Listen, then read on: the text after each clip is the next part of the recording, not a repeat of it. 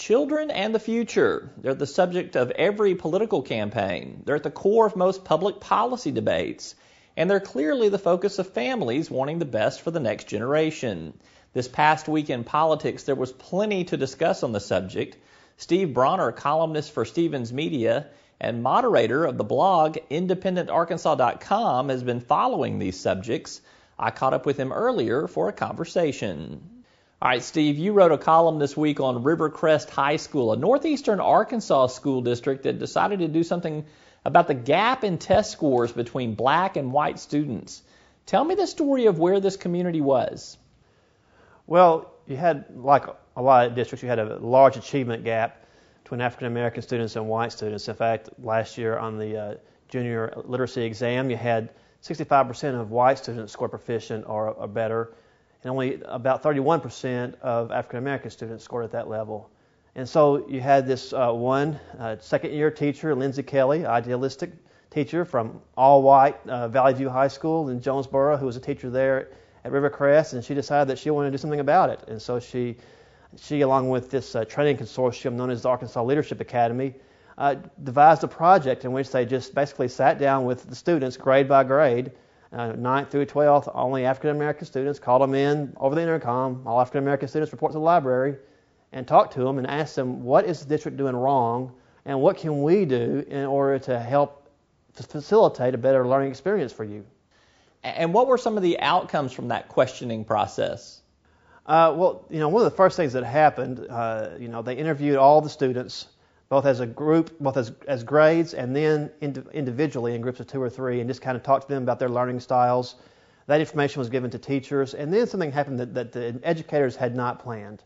A group of students formed together known as the Gentlemen of Knowledge, and it's about 10 students, junior through 9th grade, all African Americans, and they just were determined to hold themselves and their classmates accountable, really all their classmates, regardless of their race. They took it very seriously. They gave each other pep talks, and right before the state's benchmark exams, they had an assembly where they really encouraged their fellow students to do their best. And in 1 year's time, African American students, their test scores went from 31% proficient to 48% proficient in 1 year's time. That's just a quantum leap. That kind of education, that kind of improvement does not happen with any kind of top-down education reform. Steve, what were some of the key recommendations that came out of those focus groups, those small group discussions that you think made the difference?